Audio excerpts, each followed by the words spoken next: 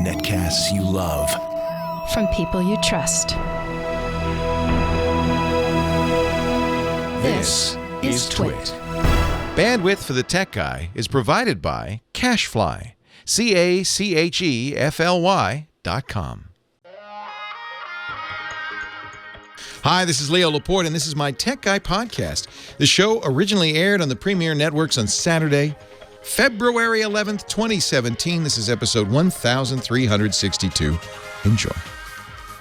The Tech Guy podcast is brought to you by 23andMe, a personalized genetic service based on your 23 pairs of chromosomes found in your DNA. For Valentine's Day this year, give that special person the gift of knowledge. Go to 23andme.com and get $20 off when you buy before Valentine's Day. And by Rocket Mortgage from Quicken Loans. When it comes to the big decision of choosing a mortgage lender, work with one that has your best interest in mind. Use Rocket Mortgage for a transparent, trustworthy home loan process that's completely online at quickenloans.com/techguy. Well, hey, how are you today? Oh, it's so nice to see you. Leo Laporte here, the Tech Guy. No, don't worry, I don't actually see you. It's a figure of speech. You can... A couple of people jumped up and put on pants. No, I can't see you. Don't worry. Although, how, if I can't see you, did I know what you did just then? Our phone number. We talk about tech here, and not that kind of tech. Not magic tech, real tech you can buy. In fact, I don't even like to... a lot of technology shows, especially when you see them on, like, TV and stuff. They talk about, flying cars and drone deliveries, all sorts of stuff that's, maybe not exactly around the corner. I'd like to talk about stuff you can actually go to the store and buy today. Phone number 8888 Ask Leo, if you want to talk about that with me. Computers, the internet, home theater. In fact, our home theater guru, Scott Wilkinson's just around the corner, about 1:30 the hour. Digital photography, smartphones. We talk a lot about that. Smart watches. Got a new one I'll talk about in just a second. Virtual reality. That's real. Kind of the jury's out on virtual reality at this point. I noticed that there were, I guess, HTC Vive booths, or how they do that at Best Buy and some of the other stores like that. They have the manufacturer will have a special area. It wasn't Vive. It was Oculus Rift. This is the Facebook-owned visor, VR visor. You put it on, and you're immersed in a game or an environment or whatever. And they closed quite a few of them. I guess nobody was using them. The interest, it turns out, in virtual reality is primarily focused on the tech press and the hardcore tech enthusiasts, of which some of you I know are. And the rest of the world's going, no thanks. Don't really want to put on a visor for hours at a time and pretend I'm in another world. I guess even gaming is kind of like that. I mean, right? Gaming is as big a business as it is. It's a niche business restricted to certain. And it's not just kids, by the way. I think a lot of times people say, "Oh, gaming. That's people under 25 who have nothing to do. They don't have a job. They have to." And certainly there are a lot of gamers, young gamers. But I think the largest contingent of gamers is middle-aged men. At least a certain kind of game, what we call the first-person shooters like Call of Duty. Middle-aged men, probably who have lives of quiet desperation, and they come home from a job they hate to a family they loathe, and they blow things up because they've got nothing else to do. I'm imagining that. I don't know. I play them, so what does that say? I love my job. I love my family, so I'm wrong, and I'm not even middle-aged anymore. Unless I'm living to 120, then I'm middle-aged. I noticed, though, and I think you probably noticed this, as one gets more interests in life, games kind of take the back seat. That's why casual gaming is so hot right now, right? The little quick hit thing you can do in the line at the grocery store, or waiting at DMV, or just the little game you can play quickly. That's why I think VR is such a commitment. VR, virtual reality, you have to buy a lot of expensive gear. The Oculus Rift, about $700, plus you need a computer, a PC that is very late vintage, expensive, starting at $1,500. So $2,000 plus all in, and then to set it up,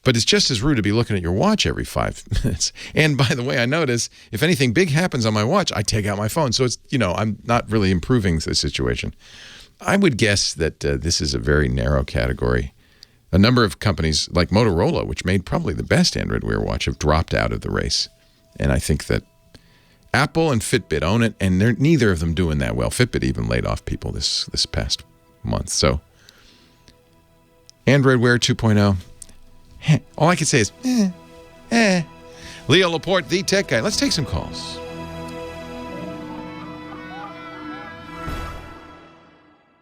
Leo Laporte, the tech guy. 8888 Ask Leo. Somebody asked, Steve in Palmdale asked, do you like the Android or Wear new Android Wear smartwatch 2.0 better than the Apple Watch 2.0? I think if you use an Android phone, you should use the Android Wear. If you use an iPhone, you should use the Apple Watch. You can, apparently, and I'll have to try this out, use the Android Wear on an iPhone. But I would say, if you're an iPhone user, get the Apple Watch. And there are a few little things I like better on the Apple Watch. Both are kind of ugly, to be honest. Actually, I should, oops, I made somebody start talking. Stop talking. Thank you. You know who I want to make start talking right now? Heather Hammond, the phone ranger. She's there. She's answering the calls. Hello, Heather Hammond. Hey, man. How's it going? Hey, man. It's going great. Do you wear a wristwatch? I do. Because you have to stay in touch with what time it is. Well, a little bit. And yours is jewelry. I have to say it's beautiful. I can't give this up because it matches my Tiffany bracelet. Yeah.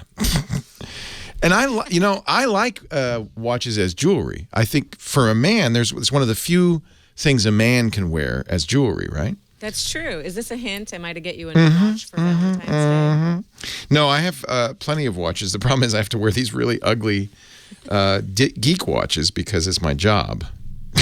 Poor you. Poor me. Instead, I could be wearing lovely, highly overpriced. This is the other reason I don't wear jewelry watches is because, they all do the same thing a $10 watch does, but some of them cost more than a house. Oh, yeah. And so I feel guilty, frankly. And also it seems like a foolish waste of money. But it is. There you go. Is yours a Cartier? It's a Fartier. It's a faux Cartier. I'll admit it. I once, if you go to New York City and you go down to the Soho area, there's a Canal Street. They have a bunch of watch sellers, cheap watches. And I once bought I think it was a Rolex, except it said it was made in Geneva with a J. So I think but it was only $10. So if I'm not here next segment, I think it's because the fashion police came and hauled me away. But from a distance, this is the point. Who knows? Everybody looked at that and said, oh, she's wearing a Cartier. Yeah. I have an actual Cartier, which I rarely wear, and it's way too, I appalled. I did get a Folex, though. So let's take a call. Enough of this silliness. Who should we address on this fine morning? Mike in Portland, Maine has a question. Love it. Thank you, Heather Hammond. Hello, Mike. Leo Laporte, the tech guy. Hello, Leo. I'm hoping you can help me out here. And by the way, I have a Cartier, too. It was my great-grandfather. Oh, see, now that's cool. Was it a tank watch? No, it's the pocket watch, open face, hunting Beautiful. watch, and Beautiful. It's gorgeous. And I'm afraid to take it out of the safety deposit box. But yeah, well, and that's more history than anything else. And that's what some people say is, watches are heirlooms. And why would you buy a computerized watch? Because that's going to be obsolete in a matter of years. Exactly. No hand-me-down on that. But that's not why I'm calling today. Today Okay. I'm calling you as I'm being plowed out on my landline cordless phone sitting in my car as they're plowing my driveway. Oh, my gosh. Because I got on with you just as they came to say, move your car. We had snowpocalypse this past Yeah, it's amazing. And this is only the first of the 3 storms. Wow. The question that I have for you is this. I do some podcasts. I write stories for podcasts. And usually I write them out and then I read them through Audacity. Oh, that's neat. Are they fiction stories? What kind of stories? No, they're true stories, usually about aviation. I'm involved neat. with a number of different podcasts, aviation podcasts. Oh, that's awesome. The Airline Pilot Guy and the Airplane Geeks. And I write stories based on my experiences and and try to bring some emotion and some feelings into them. You know what's cool is that is a long tradition in radio broadcasting. I think of Gene Shepard. That's who I grew up on, and I Me too. model myself after him. Me He too. was the absolute best. All he would do is tell stories, and actually the younger generation is probably familiar with A Christmas Story, which was, him. you shoot your eye out with a Red Ryder rifle and all that. That was a Gene Shepard story. He narrates it, in fact. He's absolutely fabulous. Oh, I miss him. I got to meet him. I got to have lunch with him one time. Oh, He's an jealous. amazing guy. But anyway, one time only, I did a story live, and I got to tell you, it came out great. I was really happy with it. Except I have no idea what I said, and I have the MP3 of it. It's 13 megabytes. Gene Shepard always did his live off the cuff, and that remarkable. I was trying to do what he did, and I was very pleased with what I said. But I have the MP3. I would love to have the text file, and I can't find a program, or at least a cheap program for my Windows computer that will transcribe it for me from the MP3. I can find some online programs, but nothing that will handle a file that big. See, one of the things, and I'm going to have to see if Amazon still does this with their Mechanical Turk, was they used to have this transcription service by humans, which are infinitely better at this than machines. And all you have to do is watch, television with the closed captioning turned on, and you can really tell when a human's writing it and when a machine is writing it. It's kind of humorous when a machine's doing it. Same thing with the closed captions on YouTube.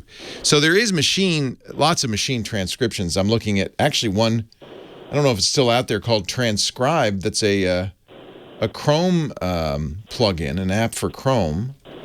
But I see quite a few. But what I'm interested in is this Mechanical Turk, and see if they still do this. So the way Amazon did it, which was quite clever, it was first of all very inexpensive. They would take each sentence of your MP3 and farm it out to 3 or more people for each sentence, and they would get back 3 transcriptions. They would compare them and look for consensus. And if they didn't get consensus, they'd farm it out to some more. Once they reach consensus, 2 or 3 people all agreeing that's what he said, they'd add it. And they were able to do this because they could only charge, fractions of a penny per transcription, because it's just a short little thing. They were able to do this quite inexpensively. So I would look for Amazon Mechanical Turk transcription to see if they still do that. Turk as in T-U-R-K? Yeah, the name is interesting. It comes from in many hundreds of years ago, in the 19th or 18th century, a scammer put together a automaton chess-playing machine. There was a Turk. It had a turban and smoked a hookah and played, and it beat all the best masters of Europe. It was called the Mechanical Turk. In fact, it turned out there was a little person inside who was a chess master who was playing quite well. So it was a famous scam of the 18th century. And I guess Amazon liked the story. I'll tell you what, let's keep looking. There's companies like Speechmatics. I'm actually looking at a Quora. This would be very good. I'll put this in the show notes. A Quora Q&A. I like Quora for this kind of thing. What is the best tool to automatically transcribe audio files? And it has quite a few recommendations. I've done some searching, and I found a few, and frankly, I found most of them don't even work. When I install them on the computer and try to run them exactly as said and follow the instructions, and couldn't find anything that really worked. And so I'm trying to find a way to... My friend Steve Gibson pays a human, a court reporter, to transcribe his Security Now podcast. That works well, of course, but it's expensive because it's a human. That's a good idea. I might have a connection that way. Yeah, actually, so she was a court reporter, probably still is, and that means she can transcribe quite quickly. Elaine Ferris, Ferris is her name, and she does our Security Now show. Leo Laporte, the tech guy. So I'm just looking at the Mechanical Turk page because I see... Mike, I see casting words. So I see people, other services using the Mechanical Turk. ACXIOM. So I Googled Mechanical Turk transcription. But I don't know if Amazon offers it directly or just offers Mechanical Turk. Casting words. It's a Mechanical Turk requester. This is kind of the best of both worlds. It's cheap and fast, but it's using humans. That sounds great. I'll have to check that out, and Yeah. hopefully it'll be in the show notes so I can just click on it. Yeah, I'll put a link to this Quora post as well. Thank you, Leo. What's the name of the podcast that you do? I work with a couple of them. I'm just a podcast. I call myself a podcast whore. We're off the air, but I'm a podcast squatter. I work with the Airline Pilot Guy. I know that one, yeah. And also the Airplane Geeks. And both those guys are listeners. I know that they're listening right now. Both Jeff, who runs it, the Airline Pilot Guy, and the Airplane Geeks. I'll have to look for one of your stories. That's great, Mike. That's a good way to keep your hand in, isn't it? Just did one on Gene Cernan about 2 episodes ago. Oh, did you know Gene Cernan? I did not know him, but I did a tribute to him. Neat. You can find it if you go on. Also, it's on the column Jet Wine, wine like WHINE. You can see a picture of me and both listen to that story and read it. And I will check it out. And this is on the podcast, so you'll get a few others too. Oh, absolutely, yeah. Thanks, Mike. Thank you so much. Always a pleasure. See you. Bye-bye. So somebody in the chat room tells me, this is cool, that YouTube offers human-based transcription services as well. So if you're on YouTube, go to translations in your account on YouTube, and Welsh Don says, look for get quotes for professional translation and transcription services. So it's both translation and transcription. And I will definitely be listening to for your stories on the Airline Pilot Guy podcast and the Airplane Geeks podcast. Meanwhile, time to talk home theater. Scott Wilkinson is here, our home theater geek. His podcast, twit.tv/HTG for Home Theater Geeks. He's also editor-in-chief at the AVS Forum. Hello, Mr. Wilkinson. Hey, Leo. How's it going? Very good. How are you? I'm doing great. Thanks. Good. So Super Bowl's over. We don't have to buy any more TVs. Nope. Thank goodness. Grammy's coming up tomorrow night. Okay. That means you want to have a good sound system. Correct. I have to tell you, we were watching something last night, and there was a song on it, and I thought, I think Lisa said, I love it. And she turned it up, and it sounded great. TV audio has improved immensely. Yeah, it's really very good. And the Grammys are a perfect example, a wonderful example of live performance over the TV. Do they do that in 5.1, or is it stereo? Yeah, they do. They do. No, it's 5.1. So if you have a surround sound system, yep. How do you get the 5.1 to come out of your speakers? Well, you as long as your tuner, however you're getting your TV signal, has a 5.1 output, and it goes to a receiver, say, with 5.1, and you have 5.1 speakers, you'll hear it that way. So they're setting the encoding, because there's some sort of encoding that has to go along with the audio, right? Sure. Well, it's Dolby Digital. It's an encoded. How do they do it though? So in such a way that if you have a single speaker coming out of your TV, it'll play just fine. If you have stereo speakers, it'll play just fine. And if you have surround, how do they do that? They do that they have underneath the Staples the Staples Center where the Grammys are. It's called the Truck Farm, and they've got like a bunch of semi trucks filled with production studios, and they have 2 different audio mix stations, backups for each other, and they go from one to the other as well because the groups, alternate. You've been back there. You've seen that, right? I have. Yeah, I have. And they mix it in such a way that I think they give a 2-channel feed as well as a 5.1 back to New York, where I guess it's on CBS. I think that's where it is. And then that goes up, and they encode it in a way that it'll be fine for a TV speaker all the way up to 5.1. I know on a Blu-ray disc, for instance, they have multiple tracks. Yeah. And the Blu-ray player, you can actually select Dolby or whatever kind of sound you want. Mm-hmm. If you're watching on a cable box, the cable box has to pick, right, which of the soundtracks to play back into your receiver or your TV, and then your TV has to understand what it's getting. I mean, this has to go all the way down. It has to go all the way down the line. Yeah. It's really more of an issue of the sound engineers have to be aware of what happens when you downmix. So if you only have 2 channels, they're not going to send separate audio streams. But the 5.1 is going to down mix if all it has is stereo. Okay. So Blu-ray has so much space that they can put multiple tracks on there. But on a TV signal, obviously, you don't have unlimited space. Correct. Especially if you're coming down through the cable or through the satellite, you've got a lot of limitations. So they're sending the full sound, and then whatever's receiving it has to say, oh, let's mix this down to mono if it has to. Or whatever, exactly. And they have to encode it in such a way that it does that gracefully. Interesting. So this is a tough job for them. It's a very tough job. They've been working all week long, setting up and rehearsing. I normally go down there and go backstage and, prowl around and look at stuff and talk to people. But I wasn't able to this year. I remember when you first got stereo sound on TV not so long ago, and they'd have a logo at the bottom that would open up and in stereo. Yeah, right.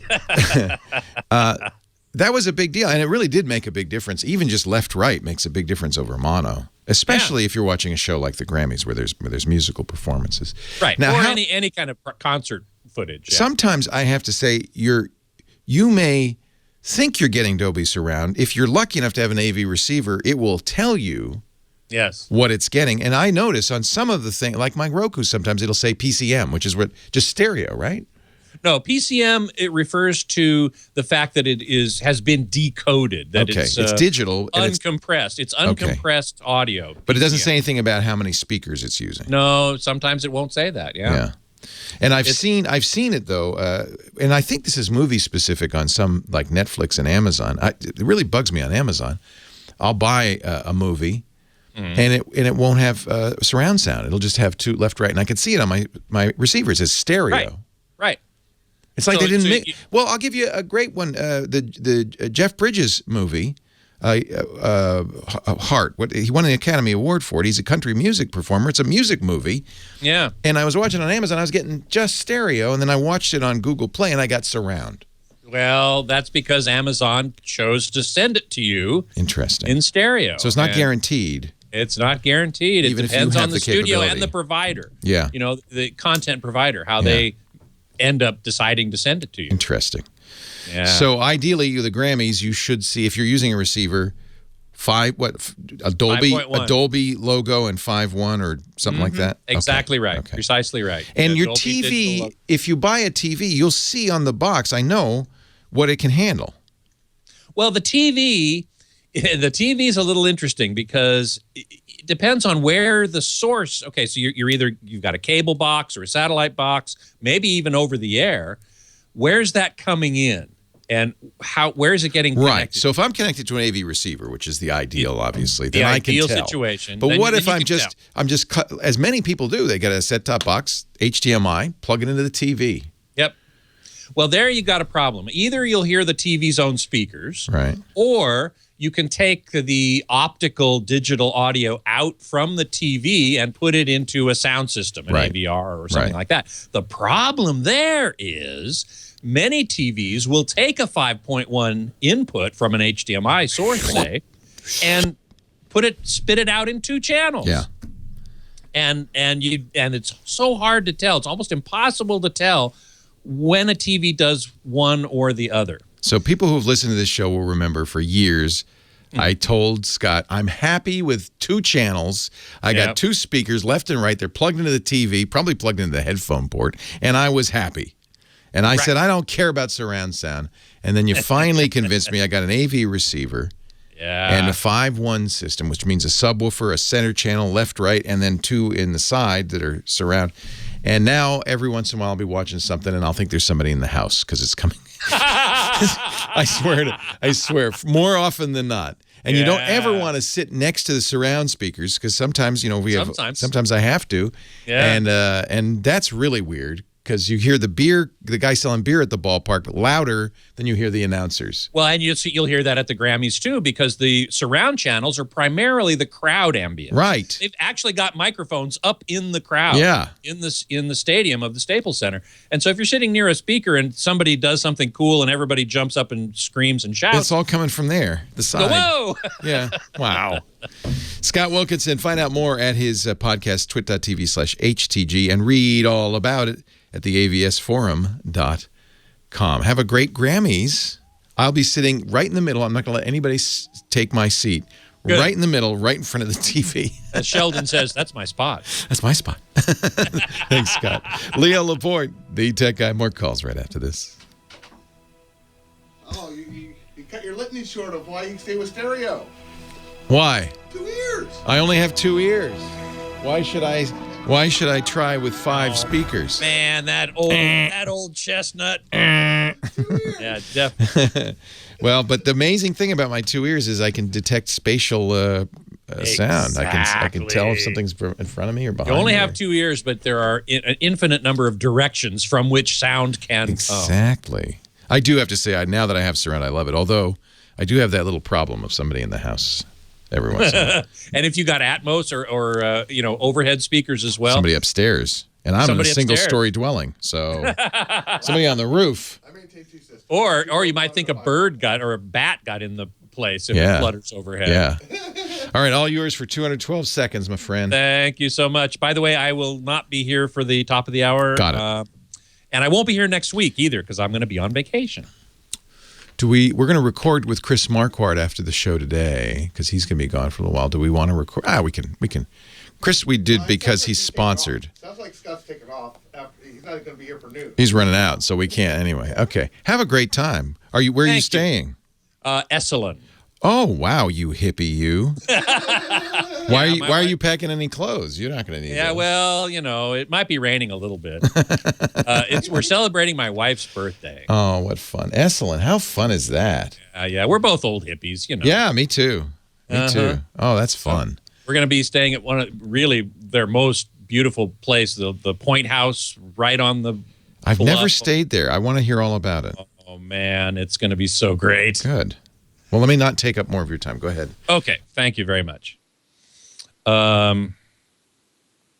Welsh Don, you're right. Infinite? I don't think infinite. That's true. We cannot distinguish more than a certain angular difference between where sounds are coming from. It's not an infinite number of directions, but it's a very large number, let's say. Let's see. Wheelhouse, what is the best way to split or daisy chain HDMI to 5 to 7 televisions? Wow. That's pretty amazing. An HDMI splitter is the way to go. And I don't really have any good recommendations for a splitter. I do know various companies that do a good job generally of HDMI routing equipment. Geffen is one. Key Digital is another. DVI Gear is another. They got their name from the old DVI connection, which became HDMI. But in any event, DVI Gear, Key Digital, and Geffen are all excellent companies that make HDMI routers. Monoprice does too, and I haven't heard anything bad about them. So, and they're generally less expensive. So I would look at that as well. Thank you, Geek and SD. Judge, has HDCP 2.2 now been cracked or not? Ooh, that's a good question. I have not heard that it's been cracked, so I don't know. If it I wouldn't be surprised. It will eventually. There's no such thing as uncrackable code, except when we get maybe quantum computers. Atort Aloha why is OLED really worth the extra money? Because it looks really good. Looks really good. I prefer it to LCD. What can I say? Ken Crayley, what's the best time to upgrade to an AV receiver? Thinking to upgrading one with Dolby Atmos? Any time is the right time, if you ask me. But in terms of cost, that's a good question. AV receivers usually come out in the spring. Black Friday is probably a good time. I know that they go on sale by then. I don't know if you want to wait that long, but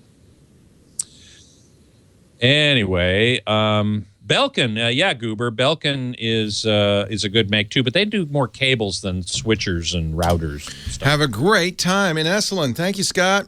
Thank you so much. We'll see you in 2 weeks. See you later. Leo Laporte, the tech guy. 8888 Ask Leo, the phone number. If you want to talk about tech, and as you can see, that covers a lot of ground. Everything from watches to surround sound, computers too, and the internet. My friend Trey Ratcliffe, photographer extraordinaire, His stuff is at stuckincustoms.com, and he's really amazing, talented photographer. People love his work. I love his work. But he's also a geek, which is nice because he can talk about the gear intelligently. Most photographers these days can. And he has, in a couple of times now, kind of stunned the industry by flaunting conventional wisdom. First, by moving from his Nikon DSLRs, the big mirror cameras, big ones, to the mirrorless Sonys, the A7 line. Now, he's a landscape photographer. He does people, but he mostly does landscapes. And for that, he says the Sony is better, lighter, easier to use, and he's really got great results out of it. But just this week, he published an article which shocked the photographic world. As most photographers, artists, musicians, for years, Trey's used Macintosh computers. Me too. Lightroom and Photoshop and the music composition programs and so forth. He's been very happy. He's even created software with the company MacFun for an HDR program called Aurora. He's got a new program called Luminar, I think, that's a kind of a Photoshop competitor and very inexpensive on the Mac. I did notice, though, that the most recent program that he did, Luminar, was also on Windows, and I thought, that's kind of interesting. And maybe now the other shoe drops because he wrote a blog post on Friday that said, "Apple is dead to me. I'm switching to Windows." Wow. We talked a little bit about this when Apple came out with its latest round of Pro, and I'm going to put Pro in quotes, laptops, the MacBook Pros, because they weren't as fast as the Windows laptops of the same price. They made sacrifices that seemed odd. They limited the total amount of RAM, for instance, to 16 gigabytes. And they were very expensive. They even raised the price on the MacBook Pros. And a lot of Mac professionals, video editors, photographers, artists, musicians, kind of choked a little bit. I'm one of them. I choked a little bit because we expect, and we may still see later this year, the fastest computers out there. At least Apple should offer, somewhere in their line, whether it's an iMac, a MacBook Pro, or a Mac Pro, somewhere, kind of a state-of-the-art computer. And currently they do not. Not even close when it comes to the laptops. But Trey put his money where his mouth is. Instead of just complaining and moaning about Apple, as most of us have done, saying, "Come on, Apple, please." He says, "That's it, I'm done." And he went out and he bought a $5,000 Windows laptop from MSI, like a big Windows laptop. He said he had to. He's shooting with a camera, the Hasselblad X1D, that has massive files, and he says my MacBook it can sort of handle them, the MacBook Pro, but it's slow. He says I need a workhorse. It's too bad that Apple has chosen not to care so much about the creative professional. We were the ones that got them through the lean years. Oh well. He bought an interesting choice, actually, an MSI WT72, which is really a desktop computer with a laptop in a laptop box. $4,599, 32 gigs of memory, and very, very fast Quadro NVIDIA graphics card, which is really designed for digital artists as opposed to like Trey, as opposed to gamers. A lot of money, running Windows 10, and he says, Windows isn't so bad, he says. Windows is okay. Wow. I'm kind of with him. I bought an equally expensive, well, not quite, but an expensive Windows computer, the Surface Studio, which is kind of a cool all-in-one that has, I don't know if you've seen it, the screen, like an iMac, it's in front of you on a base, but if you want, unlike an iMac, you can tilt it down to as little as 20 degrees, so it's like a drafting table. And I use it. I love it. I love it. And it's great for photography. And I mean, it's got touch. It's everything Apple probably should have done, but hasn't. Still not crazy about Windows, but if you live in Lightroom or Photoshop, or if you live in an application and you don't go out into Windows land that often, it isn't different from the Mac at all. It's the same. And truthfully, Windows is pretty polished, I have to say. Windows 10 is pretty nicely done. So it's an interesting, and I think for some, shocking development from Trey. His website, if you want to read about it and see his incredible photos, and I don't want to give him a big fat plug because I love the guy, is stuckincustoms.com. Stuckincustoms.com. And the article is, Apple is dead to me. I'm switching to Windows. Dale in Palmdale, California. Hi, Dale. Leo Laporte, the tech guy. Hi, Leo. How's the weather up there? So spring has arrived in Northern California. We were flooded for so long. And I know there's some serious weather-related problems all over the state. I hope you're having some nice weather. It's cloudy and overcast, but not raining. At least it's not raining. Right Isn't that funny? You can't win. We had 7 years of drought. Now we have too much rain. It's crazy. Can't win for losing. Nope. Okay. Well, my question is, I'm trying to upgrade to Windows 10, and I went and got the software and everything. It's on my computer. Okay. But every time I try to upgrade, it comes back with an error after it's done everything, and it says something went wrong. Please turn off antivirus software and try again. Well, I've tried turning it off. I can't. Do you have security software on the system? Yeah, well, I've got AVG. Yeah, so the Windows. Windows one. Yeah, this is what antivirus software is supposed to do, right? Is keep people from changing system files, because that's how virus authors behave. So exactly. What I'd try doing is uninstalling AVG, just at least for now. Yeah, I did that, and I go in and I go into the control panel and try to uninstall it with the thing, and I tell it to uninstall, and it does not do it. And then because again, antiviruses, they're trying to prevent bad guys from doing this, so they are sticky. What I would do is go to the AVG website. Almost all of these antiviruses, besides the uninstall that's just built into Windows, will have a uninstaller standalone program, and that's really what you need, because the bad guys, if they can do it automatically, they will. So they make it really hard to do. And you definitely want to get that security software on there. And in my opinion, you don't want to put it back, and I'll tell you why. We just did a story on this on our security program, Security Now with Steve Gibson. Antivirus software, in order to work, hooks deep, low into the operating system, and in many cases opens you up to viruses. It actually makes you more vulnerable, not less. Windows 10 has Defender, which is a competent antivirus system, but any antivirus system, they get in the way more than they can protect you. It really comes down to you practicing safe computing. I'll tell you what, when we come back, I'll talk a little bit about that. But meanwhile, for you, you've got to at least remove AVG. If that doesn't work, nuke the drive and install Windows 10 clean, which, in my opinion, is always the best way. Leo Laporte, the tech guy. Hey, our show today brought to you by a new sponsor. I'm excited about this sponsor, 23 and Moi. 23andMe. I actually did 23andMe a couple of years ago.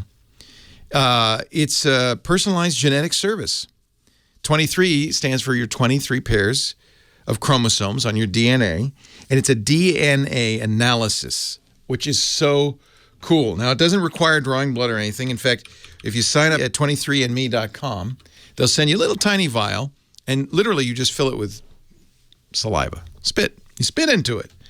But they can get a lot from your spit, including your ancestry, genetic traits, even health information. See how your DNA breaks. I'm going to log into my 23andMe account because it's kind of fun to see. See how your DNA breaks out across 31 populations worldwide. Find out where your ancestors came from as far back as 500 years. You can go back even more farther, over thousands of years, trace parts of your ancestry to maternal and paternal haplogroups. Don't know what that means, but if you do, then you know. That's cool. That's genetics. Find out, for instance, how much Neanderthal you have in you. I have a small amount. I have less Neanderthal in me than many, apparently. That's what it says.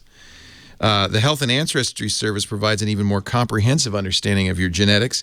You have access to all the reports available within the Ancestry Service, as well as trait reports and carrier status reports. So let me show you my ancestry. This is so cool. I think we brought the site down.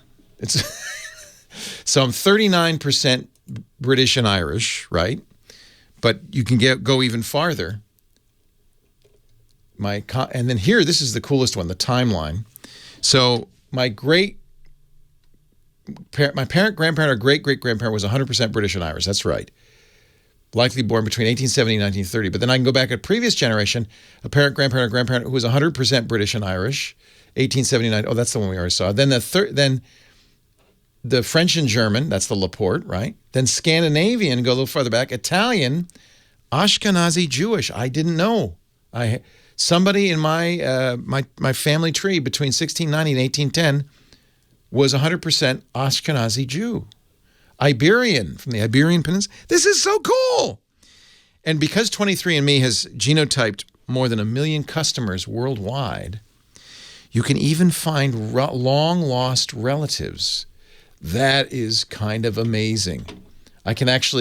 We actually found here's my Neanderthal. I have fewer Neanderthal, my 265 Neanderthal variants. That's less than 68% of 23andMe customers. I don't know what that means, but I'm pretty good. I'm down low there. You can have friends on here, and you can find relatives. I found a second cousin, and he's a second cousin based on genetics, but he's got the same last name as my grandma. So you know what? That's kind of cool, isn't it? This is 23andMe. How can you do this? Well, I highly encourage you. Check it out at 23andme.com. It would be a great Valentine's gift, especially, you're getting married maybe, and you want to, share your alleles. you might want to check it out. With over 65 online genetic reports, your loved one will be sure to fall in love with their genetics, and maybe yours too. 23andme.com. If you got it before Valentine's Day, that's before Tuesday, you get $20 off at 23andme.com.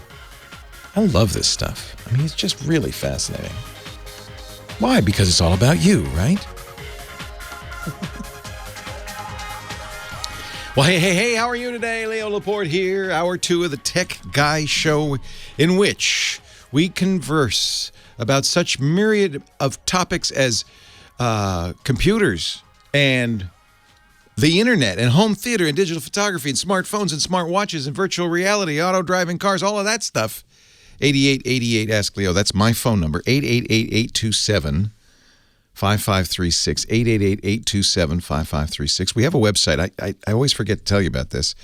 And it's silly because it's free, it's open, and it's a great resource because you can search it. You can find previous shows, previous questions, previous answers. It's techguylabs.com. techguylabs.com. Somebody, in our previous call, the end of the hour, somebody was having trouble installing Windows 10, upgrading to Windows 10 because he had, I believe, because he had an antivirus running that was blocking it. And I said at the end, right before we took a break, that he should nuke the drive and reinstall Windows. And somebody in the chat room, Cosmic Ray, is saying, do you think maybe you should explain nuke the drive? Not actual use of nuclear weapons, no. What I mean is erase the drive and start over. Now, of course, if you have data on there, you got to back it up first. And the real challenge is if you have programs on there, you're going to say, oh, I don't want to reinstall my programs. But honestly, that's probably the best thing to do when you do a big operating system upgrade. Very important. And then I mentioned that the best thing to do would be not to reinstall the antivirus. I generally don't recommend them. I used to, but nowadays I feel like with Windows 10 anyway, you've got an antivirus on there. You've got anti-malware on there. And while it may not be the best in the world, it's adequate. And I don't want anybody to think because you've got an antivirus that you don't have to secure your system. An antivirus is not really the best way to protect yourself. One reason is because some antiviruses actually can cause you to be more vulnerable, not less. Oy.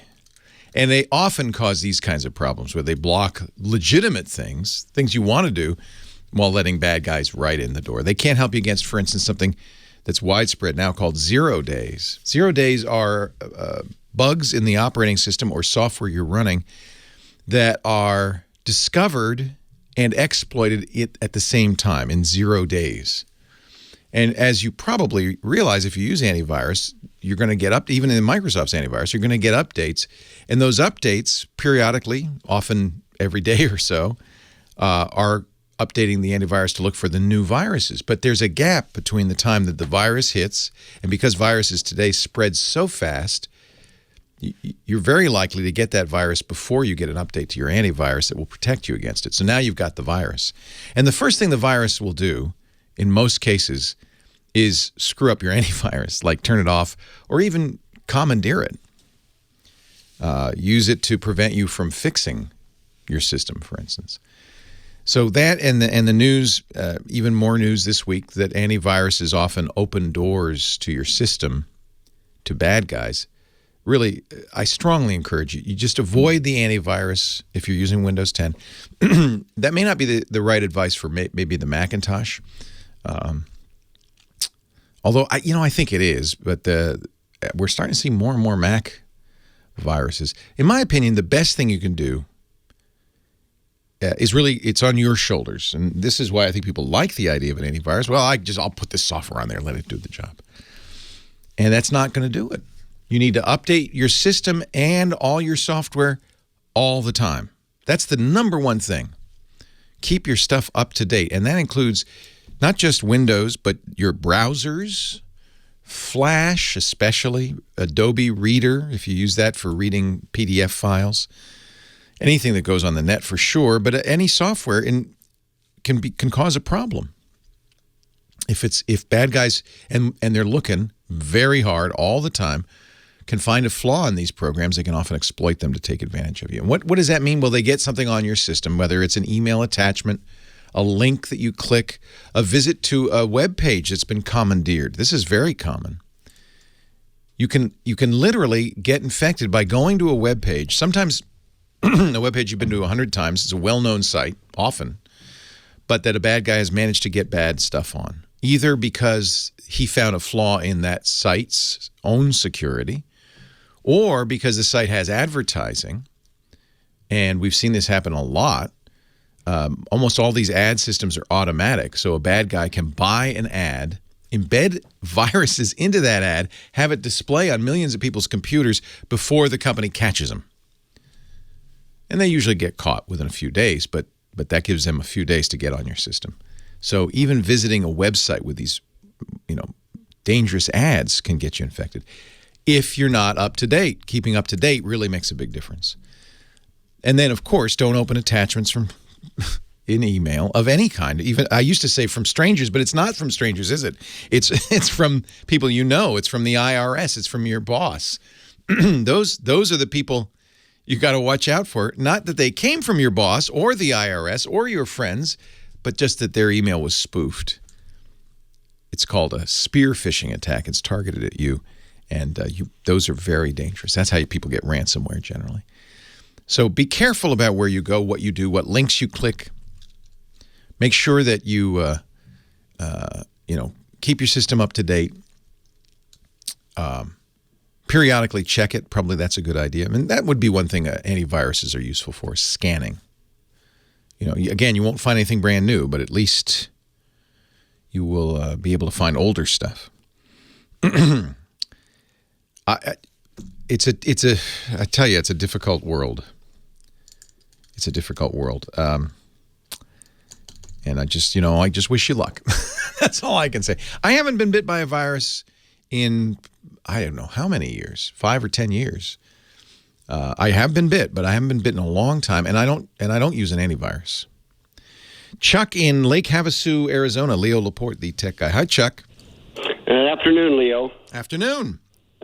First thing I got to say is your associate there, Heather, she is so nice and polite on the phone and everything. I think she deserves a raise. I'm going to give her a raise right now. Heather, you get a raise. Congratulations. Here's $1. I don't control her salary, actually. She's paid for by the radio. If I had to pay her, I would pay her a lot. Oh, she's great. Yeah. I don't know if it shows on your computer what I'm asking. I'm blind, and my wife never seems to have enough time, to go to a web page or look up something for me. And I'm looking into getting a laptop with some kind of programs on it to where I can speak to it and it'll read me back and stuff like that. I've heard of that Dragon Natural Speed. Yeah, that's the best dictation. Pro, but they're kind of expensive. Yeah, and that's dictation software. So blind users often use something called a screen reader that reads you the screen. Can you see the screen at all? No, I'm totally blind. All right. So you want dictation software is only for, telling the computer write this down. But that's not going to get you very far because you need to hear what the menus say, what screens are, what windows are open, and that's screen reader software. And if you think Dragon is expensive, wait till you start pricing screen reader software like JAWS. Because, well, I don't know why, and I think it's almost criminal, but I guess it's because they have a limited market. They're expensive programs to develop, so they have to charge you commensurately, I guess. I also think in many cases people get help paying for these from insurance or from organizations for blind people. And so they're a little less price sensitive. I don't know, but I do think they're overpriced. There are some open source solutions, and there is built into Windows this voiceover capability, which does some of it. Now, I have to say, I am not blind, and I'm not really qualified to tell you what's good or not. But we have a lot of blind listeners, and I'm sure somebody will call in. So keep listening and make some recommendations. I think JAWS is probably the one most people use, but it is very expensive. There's Orca, which is open source. I don't know how good it is, though. Leo Laporte, the tech guy. Generally speaking, what I would say is get some help if there's an agency like Lighthouse for the Blind or some sort of agency in your area, an independent living resource center, that kind of thing. They'll have much more. I'm kind of working with Arizona Institute for the Blind and Visually Impaired. Perfect. And then they gave me a source of computers for the blind, but they won't be back up. Their phone system's down until Monday, so I have to call them on Monday. In general, I'm not an expert. I know peripherally because I've, been hearing about this stuff for years. But in general, they're going to be the best source of, because what you really need is somebody who's going to come in and get it all configured and train you. Because it's going to be, how are you going to learn it if you can't see? It's hard to learn, right? Right. So you're going to. The other thing is, I'm trying to, because I'm just an old guy. I drove trucks for years and never learned to type, and I was a hunt and pecker. When I did do computers, the one I could see. Right. And it's hard for me to learn to. Would be hard for me to learn. Sure. So you want something you can speak to and will speak back to you, and those things exist. Right. And they're quite good. I know we have many blind listeners who are fully functional on a computer. Mm-hmm. So it is totally doable. Do you read Braille? No. Okay. No, so, it's been, I was in my 50s when I went blind, so. Yeah, so people who are blinded from birth who can read Braille, they even have Braille screens now. So it's a wild device. It's an amazing device where the bumps will come up and they can read on they can actually feel the screen. So there's lots of choices, but they have to be customized to your abilities and needs, right? Right. So that's why an agency is going to. If I want to Google something, all it does is bring you up websites. I know, that's no good. Tell you. Yeah.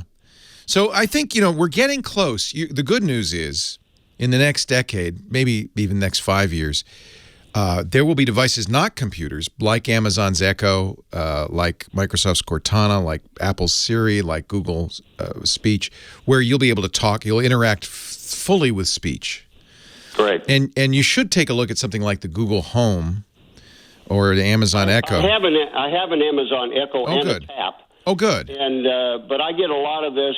I do not understand the question and stuff like that. And I've talked to Amazon. They have a division that's just for the Echo, and they said, well, we still have to keep inputting. They got a way to go. Yeah, it's not perfect yet, but I'm telling you, in the next, maybe even not even 5 years, the next few years, we're going to see massive improvements in these. The Google Home is a little bit better at general knowledge stuff. So you can talk to it and ask it, how tall is the Empire State Building, things like that. But none of them are going to replace a computer for you. Oh, thank you. I need that. Thank you. Right. Yeah, I really enjoy. In fact, I listen to you on my Echo. I'm living in Havana. Nice. I listen to you on KFI. Nice. In that on the. Isn't that great? On the tap. Yeah. I use the Echo all the time. Oh, I do too. Yeah. You have to understand its limitations and just use it as, to do the things it can do. But those are, for listening to stuff, it's great. I use audiobooks on it. I listen to music on it. I was telling my wife last night, I said, isn't it amazing we could just now say, hey, I'd like to listen to she wanted to hear a police song. And you just ask it and it starts playing it. That's amazing. Right. So we're getting there. And it's some of the older stuff. I had them bring up Country Joe and the Fish. Yeah. And it's 1, 2, 3. What are we fighting for? That's right. Hey, Chuck, I got to run. It's great to talk to you. Talk on Monday to that agency and keep listening. If I go on to that labs, your tech guy labs, and that would I be able to, if she brings it up? Yeah, your wife can do some searching. And see if there's any answers that you're bringing. Have her search for screen reader. Okay. All right. Thank you, Leo. Great to talk to you, Chuck. Thanks for listening. All right. Bye-bye. Bye-bye. Leo Laporte, the tech guy. Yeah, I think we're getting closer. I was talking to Chuck. Of course, he's blind. He's having a hard time using a computer because he's recently blind. And as I mentioned on the air, the best thing to do is to find an agency in your area that can help you, because you're going to need somebody to help choose the stuff, set it up, configure, and train you so that you can use it. We have many blind listeners who can use computers exactly as well as a sighted listener. It's totally doable. And then we got to talking off the air about these new interfaces. He has an Amazon Echo. There's the Google Home, too. These new devices that you talk to and talk back to you. He said, I wish they could do more, because a lot of times they'll pull up a web page or something. That's not very useful because I can't read it. But they are getting better. Amazon has 1,000 people working on the Echo. And I would say in the next couple of years, we're getting very close. It's a convergence of a number of things. This is where you see big advancements in technology, is where a variety of different trends kind of converge. So one of the trends is machine learning and artificial intelligence, the ability for computers to kind of better understand what you mean when you say something, what you're looking for, what the world looks like. Computers can look at pictures and now can say, that's a dog, that's a cat. That's very helpful. That's a big trend. The ability to recognize speech, huge, and they're getting better and better at a pace that is kind of mind-boggling. I believe in that case, we're at what we call the hockey stick of an inflection point. When things are moving at an exponential rate. We're used to things moving at a kind of arithmetic rate, doubling every few years, that kind of thing. Well, I guess that's more like exponential, but 15% better every year, that's kind of arithmetic. A lot of technologies are geometric or exponential, where they'll double every year. It doesn't take long. If you made a graph of it, you'd see they call it a hockey stick. It looks like a hockey stick lying down, where it's slow growth right up to the edge, the bend, and then boom. And I think they call that the inflection point. That's the point we're at right now with voice recognition. We've been making steady progress, but it's cumulative in such a way that I think it's about to go boom, where you'll be able to have kind of Star Trek-like conversations with computers. And so that's going to be a real boon for Chuck and anybody who can't see a computer. To be able to talk to it and have it talk back to you and respond to you and do reasonable things is going to be fantastic. And along with that will be the ability, in fact, you already have that ability, at least with text messaging, to say things like, well, send a text to my wife, I'm running late, but could you pick up some milk at the store or whatever, to longer and longer things. I think in just a few years you'll be able to dictate, articles, stories, lengthy letters with great accuracy. And that will be a boon. And we're very close to that. Part of that convergence, of course, high-speed internet, the widely available high-speed internet, because all of this stuff still is not happening locally. Your Echo isn't that smart. It's actually kind of a simple computer, but it sends it over the high-speed internet link. It sends your audio back It understands it out there on Amazon servers and formulates a response and sends that back over the same high-speed link. And you can see why a high-speed link is important, because it responds almost in real time. It is like you're having a conversation. There's a slight pause, and then it goes, well, here's what I found. That's pretty amazing.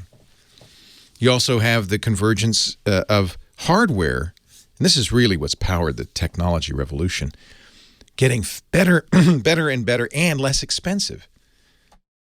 That's kind of not how things work. We're kind of used to, things getting better, like cars getting better, but more expensive. And they're getting better at a slower rate. Digital technology kind of flips that on its head. It gets smaller, faster, and it costs less. This is Moore's Law. Gordon Moore, the famous engineer, one of the founders of Intel, coined this law 40 years ago, saying he guessed, and at the time it was a guess, that the number of transistors that they could put into a chip, and you could roughly equate that to the power, the abilities of the chip, would double every 18 months. That seemed at the time, like an incredible, no, come on, double every 18 months? What are you, nuts? And you only have to do the math. Think about it a little bit to realize if it doubles in a year and a half and doubles again, it's 4 times better in 3 years. It's 8 times better in 4.5 years. Doubling means, by the way, in 40 years, it's doubled every 18 months. He was right. That's why they call it Moore's Law. And that's empowered a huge amount of progress. So in that Amazon Echo, I said it's not very bright, but it is actually, given what it is quite bright. And the fact that you can get it now, you can get a Dot, which has all the capabilities of an Echo minus the big speaker, for $50. That's remarkable. And that's the other convergence that you're seeing. So all these technologies, all these things happening all at once, big data, high-speed internet, artificial intelligence, low-cost hardware, are combining to bring us to a very fascinating inflection point. New world. 8888 Ask Leo. Back to the phones. I'm sorry about the sermon, the monologue. Charles is in Vienna, Virginia, home of You've Got Mail. Hi, Charles. Leo. Good to talk to you. You too. Long-time listener, first-time caller. Love your show. Thank you. On following your lead, I own a Chromebook and a Nexus 7. A couple of weeks ago. Good for you. And I've been very happy with both of them. A couple of weeks ago, curious little icon popped up on the Nexus 7. It's exclamation point inside of a small triangle. Never good. Next to a Google G. Yeah. And when I swipe on it, I get a prompt that says action required, and it's above my Gmail address. And then when I tap on that, it says, please sign in. A change in your account requires that you sign in again. Yeah. I'm a little suspicious of that. Yeah. You're right to be. And so the best thing to do is then to go actually check on your Chromebook your Google settings. Everything on the Chromebook is working fine. When I try to open Docs, Gmail, Maps, Drive, all of that, it works fine on the Chromebook. But when I try to open any of those things on the Nexus, it wants me to sign in. Yeah. So what I want you to do is on your browser, on Chrome on your Chromebook, do Google's Security Checkup. Okay. And you will have to sign in to do this, but obviously your password hasn't changed and all of that, I hope. But run, well, it'll let you know, believe me. Run the Security Checkup. There's lots of reasons you could get that. And in the Security Checkup, and everybody with a Google account should do this, it will verify that you have a recovery phone, a recovery email, and a security question. You'll be able to check what devices are connected. That's really valuable because you can see if somebody's using your Google account, you'll see who's using it. You'll see all the devices connected to your Google account. And you'll have a chance to say either looks good or something looks wrong. You can check your account permissions, your passwords, your two-step verification settings. Google created this last year to help people secure their Google accounts. So whenever you see anything, or even just once in a while, go through, you could literally Google Security Checkup, and it'll take you right to the place. Leo Laporte, the tech guy.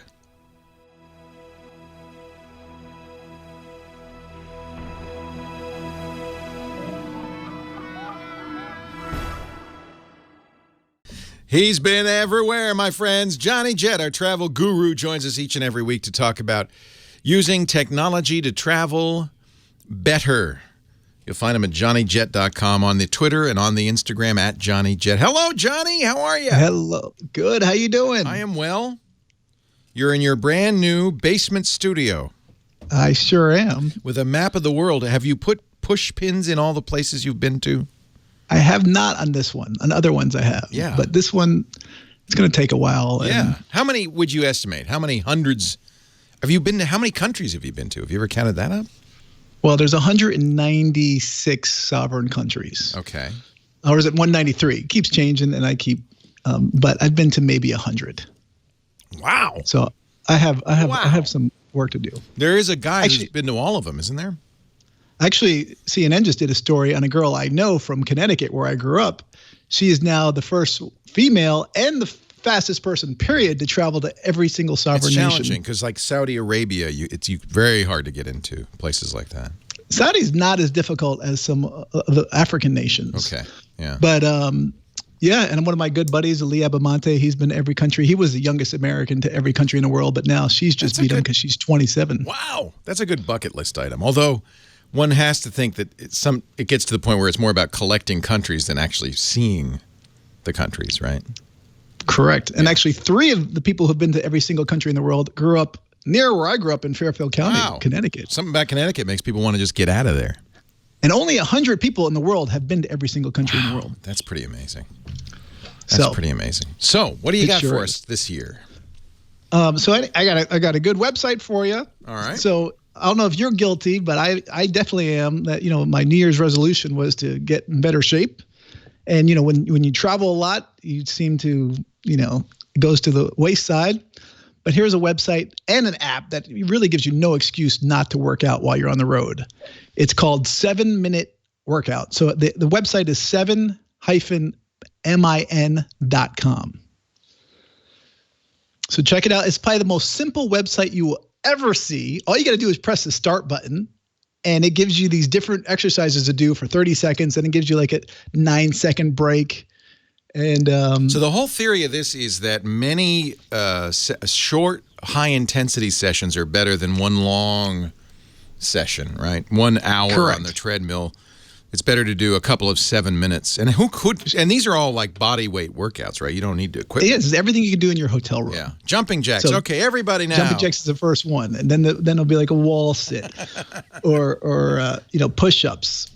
That's cool. It's an app and a website, but it's so simple. I mean, it's almost a joke that it's so simple. You can do this on your Amazon Echo. There's a 7-minute workout skill that'll walk you through it if you don't want to look at anything. And it's 7 minutes as well? Yeah, it's the same. This is this, and Johnson & Johnson has a great app for the iPhone, 7-minute workout. It's all the same idea. High intensity, quick workout. And then you rest for brief periods. So we're resting after our jumping jacks. Nice job on those, by the way. You didn't even get out of breath. And now, wall sit. Wall sit. For 30 seconds. This was my favorite one in lacrosse practice. I played lacrosse in college. Good for your quads, though, right? Oh, yeah. Yeah. Anyway, this will keep you. This will get you in shape or keep you in shape. Yeah. Especially when you're on the road again, because it's very difficult. I actually lost about 7 pounds because I slowed my travels down once we had our son. Well, the other problem for me with traveling is eating out. That's my problem, especially when you're getting wined and dined all around the world, and they're like, and restaurant meals are so fattening. I mean, they're so much higher calorie than what you'd make at home. All right, we're resting now. We're going to do. You ready? Push-ups, Johnny. Yeah. 30 seconds of push-ups. I used to do 700. What? In it, but crazy. These days, I can't. Yeah. So all right, that's so a good I got one. an app for you too. Yes. And this one's called Road Trippers. So we're actually taking Jack on his first road trip this week. Where are you going? And so I'm gonna try this. Jack how old is Jack? He's 3 months? Jack is almost 5 months. 5 months. Wow. Yep, it's gonna be his first time in a hotel. So that's gonna be interesting. I feel bad for the people next door to us. Oh. So where can I go to plan my road trip? So the website for this one is roadtrippers.com. Okay. And then, but it's an app as well for Android and iOS. It's free. And it's only for U.S. road trips. but it will tell you all the interesting places to go, especially like local diners, scenic points, national parks, even quirky roadside attractions.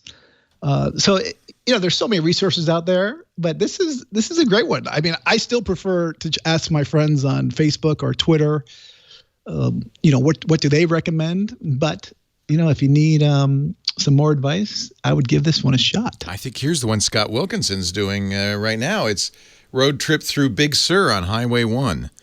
One of my favorite trips of all time. This is really cool. Roadtrippers.com. It's free, right? It sure is. Love, Liberty, and Cheesesteaks, 48 hours in Philly. I love it. I'm actually speaking in Philadelphia March 25th, I think, and I'm speaking in L.A. at the L.A. Travel Show next Sunday, and I'll be speaking in San Diego the following week, by the way, for the L.A. And Travel is this where you're Show. bringing Jack to all of these? He'll go to a couple. Yeah. He'll go to the L.A., possibly the San Diego one. He's a lucky kid. He's going to get to 100 countries before he's 21, I bet you. We're thinking about that, but my wife won't do it. She won't do it? She's a traveler. I know, but anyway, I got a good tip for you if we have time. We do. Okay, so I was supposed to go see you last weekend, if you remember. I know. And I had to cancel at the last minute. Yeah. So I booked on American Airlines. Okay. And if you change your fee, if you cancel your ticket, they charge you $200 for domestic tickets. So does Delta and United. So that's why you want to fly Southwest, because they don't charge a change fee. JetBlue charges only $70. But for the people who do book on the major carriers, I don't like to cancel my ticket until the very last minute. So what I did, because if there's weather delays or the flight is delayed by an hour, you can get your money back, or if it's canceled. So if you you're going to cancel a month out and you just cancel it, you're really just throwing $200 down the drain, because there is a chance it could be delayed. And what I did, I have elite status, so I can change my ticket for same day for free. So I booked it to the very last flight of the night to San Francisco. And I was like, those flights are almost always delayed. And sure enough, it was delayed by an hour. And once it was delayed, I called them right up. I got my $288 back. Now, you don't have to be global elite to do that, to get the money back? No, but to change your same day, right. You do. So if you didn't have that status, you'd have to go out on the last flight of the night. But at least you were able to cancel and get your money back because it was delayed. Right. And another thing is when you book far in advance, if you book far in advance, a lot of airlines change their times, even by just a few minutes. And when they do that, then you can call up and get them to change either your routing or your times, or even try and get a refund. So, this is good to know. So if a flight is delayed more than an hour, is this just American or is this all airlines? Well, this is definitely for American, but most of the carriers are the same. Check. Always check. Even if it's 5 minutes, you should check. Just say I'm going to miss a meeting or whatever it is. And then you might be able to get your money back. And if it changes the time by a few minutes, you should be able to change flights without a fee. For example, 2 years ago, I bought a ticket for $1 from LA to Copenhagen via New York and London. I called up once I saw they changed the time by, I think it was 30 minutes. Yeah. I said, hey, can I avoid going to New York? They said, sure, we'll put you on the nonstop from LA to London to Copenhagen. So I avoided the stop in New York. Wow. And the reason why I booked it through New York, because that ticket was $1. The other ticket was $1,000. Yeah, take the $1. Well, you see, this is why you got to go to johnnyjet.com. He also has a great travel deals newsletter, a bunch of newsletters.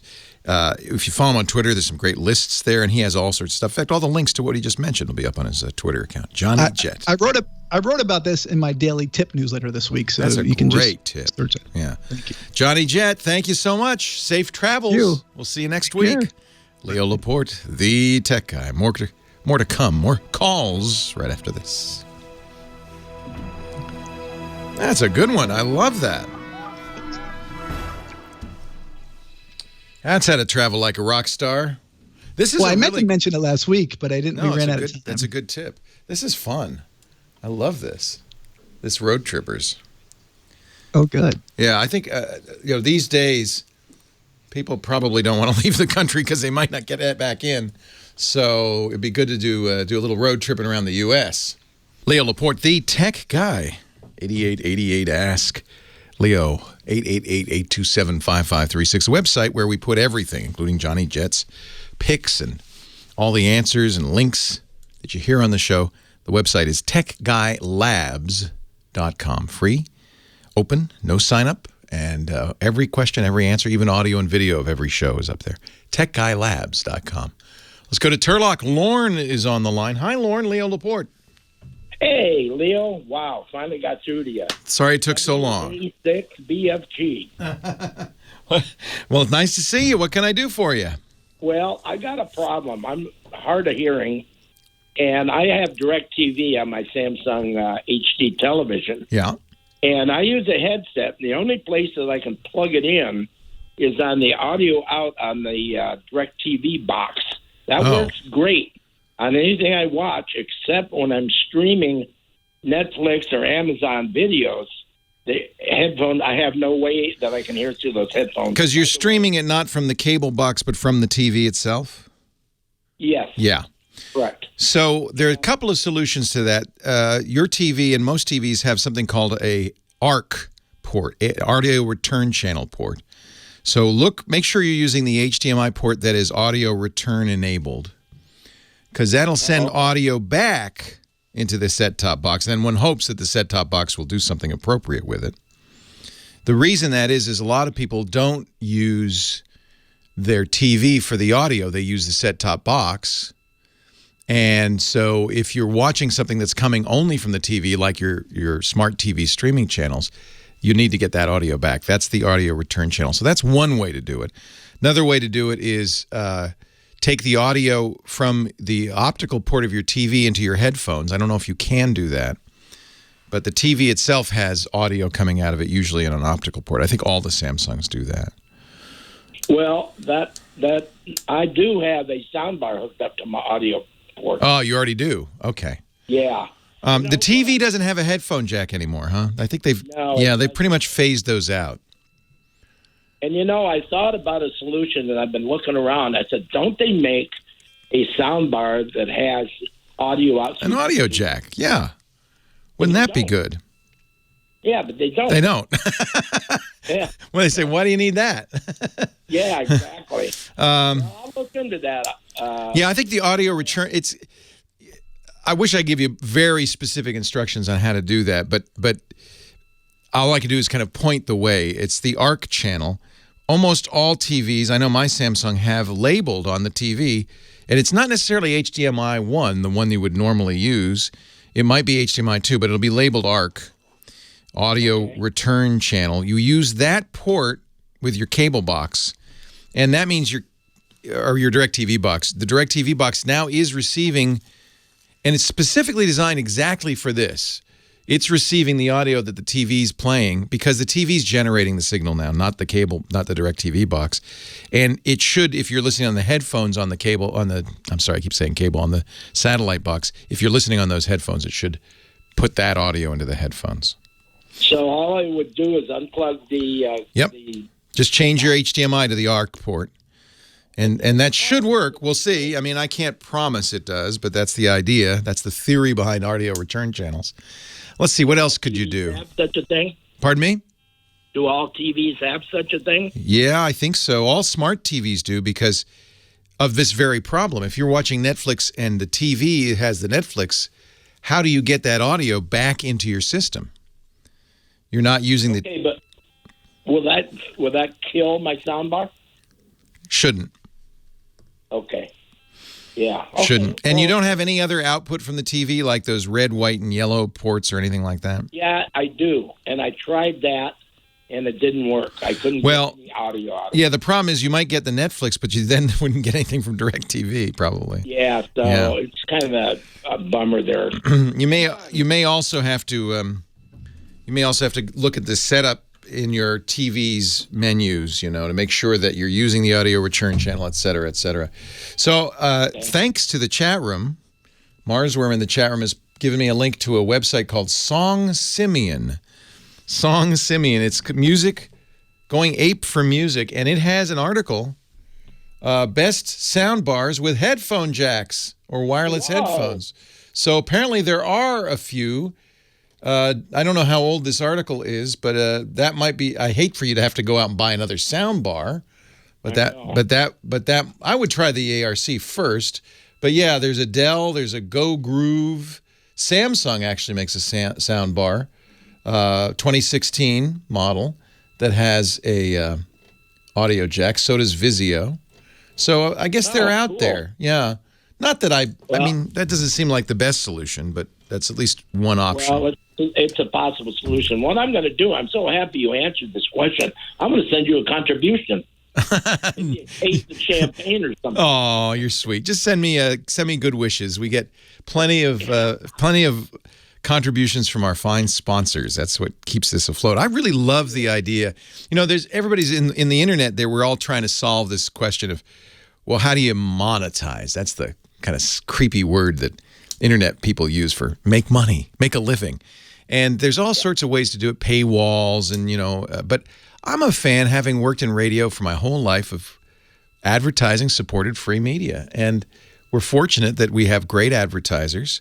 I think we're very clear when it's advertising, when it's not advertising. I don't want to muddy the waters there. But I think that works well. It means everybody can listen for free. And your contribution is listening. That's a contribution. Well, there you go. The advertisers are glad that you're listening. And if you ever hear something you think you might want, try it. I will. Thank you. WA6BFG, by the way. W6TWT, 73, my friend. All right. All right. Catch you later, Take care. my friend. That was that arcane exchange at the end there was a couple of amateur radio enthusiasts trading off call letters. It's fun. It may be that you have to get those yellow and white and red jacks, those ports on the back of the TV. Yellow is video, and red and white are left and right audio. It may be to get those working, you have to go into the menu of the TV and turn them on. It might have, and unfortunately, there's no standard for describing this in the menu. It might be send to speakers, external speakers, I don't know. But there ought to be a way to do it. It ought to be somehow a way to do that. My mom does that. I sent her some great Sennheiser headphones. She plugs in the back of the TV. And it's, it's a real boon if you're hard of hearing, especially because if there's other people in the house, you just tend to turn up the TV to the point where it hurts them. You can hear it, but it's painful. And so having headphones is a nice compromise. Ray in Playa del Rey, California. Hi, Ray. Leo Laporte, the tech guy. Leo. Hey. How are you? Happy Lunar New Year, sir. Happy Lunar Gong Hei Fat Choi. Very good, very good. I didn't know if anybody had wished you New Year yet. You're the first. The big parade is in San Francisco tonight. Oh, man, I'd love to be there. Yeah, that's fun. The firecrackers and the dragons dancing. The lion dance. Dragon yeah, I love those. Oh, it's so fun. But it's raining, right? No, I think the lunar gods are smiling upon us. The sun has come out.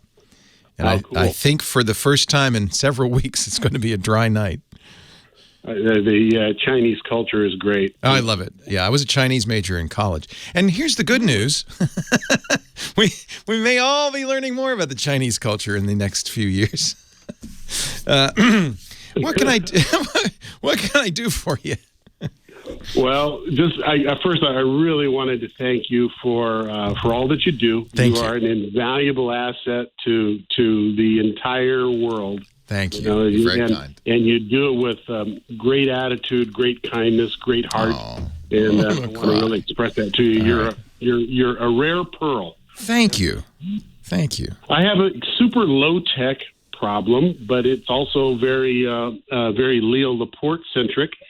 I have a problem listening to your show. I either have to listen to it in my car, basically, because I live in a duplex and on the lower level, and I cannot get a decent AM signal. That really reminds me of my youth. I love KFI. I love the shows, but I cannot get it, and I don't know if I have to drill a hole in the wall, stick an antenna on the roof, or what do I got to do? Actually, I'm fond of this because my dad and I, when I was a kid, used to get in the car because it was the only place we could hear the distant signal that was playing old-time radio shows, and we would listen to The Shadow and The Lone Ranger together. Yeah. And it's still a very fond memory. It's probably why I'm in radio, I would guess.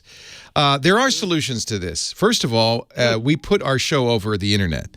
So anywhere you can listen to the internet, you can get the show.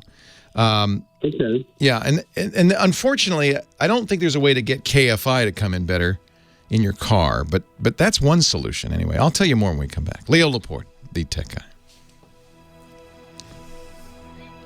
I don't know, I mean, I have seen people put better antennas in their car.